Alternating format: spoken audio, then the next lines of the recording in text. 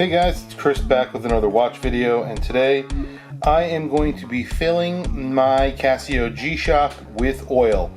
I did this once before with my Casio World Timer, and I have a lot of bubbles in it, and I really want to try it again with another watch, and I'm going to do it with my Casio G-Shock. And I'm going to try and get, I still want a bubble or two, but nothing as big as I have on my World Timer. And then I'm going to actually take that and I'm going to start testing its water resistance from here. So I'll do that mod in this video, and then I'll make another video where I'm testing the water resistance. But for this video, I will be just adding the oil to the watch itself. Right now it's working fine. It spent a little over a week on my dog, so it's a little bit dirty. But other than that, everything is working just fine. In the last video, I'm going to be using the exact same oil. It's oil that I bought right off of Amazon.com. Silicone oil. You could also use mineral oil. There's a few other oils that you can use. I'm going to take off the case back, and then we're going to fill it up with oil. So one thing I'm going to actually do different from last time, I'm going to soak the parts in oil. So I'm going to let the oil actually seep into the parts. I'm going to add the oil now, and then I'm just going to let it sit for a few minutes, and then I'm going to reassemble.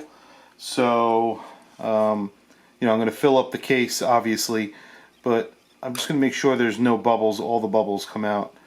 That is a plastic separator from the back. That's the back of the watch there, and you can see the movement. So I'm just going to keep filling it up, and then I'm just going to move the movement off these screws and make sure it's sitting flush into the... Get all the air out of here. Alright, so I'll work on that and I'll check back in. Okay, so it has been soaking in the oil for a few minutes. I just took tweezers, and any bubbles that I saw, I just try to grab them with the tweezers, and it just pops the bubbles and they go away. So now I'm going to put the movement back into the case. I'm going to put this rubber piece back on, and then the case back, and I'm going to screw them back in, and I'll check in a second. Here are the results. No bubble whatsoever, and it worked. So basically all I did differently from the last time when I made this, the Casio World Timer, which has 3 large bubbles in it, I soaked the parts in the oil, and I have no bubbles now on my G-Shock.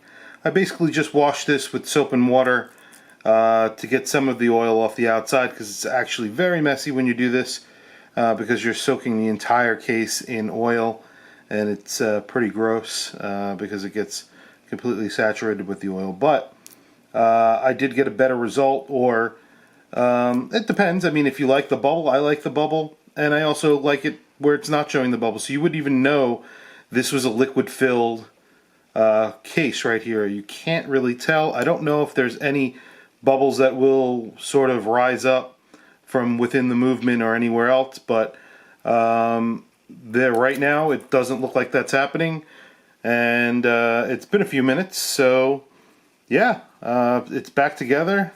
This is just water on it, and I will be testing this out now to see how it reacts. I'll also be testing the waterproofness. I'll have to figure out some tests to do with that. But other than that, everything looks okay, and it's working perfectly fine, functioning as it should. And really kind of cool that it's filled with oil and you can't even really tell.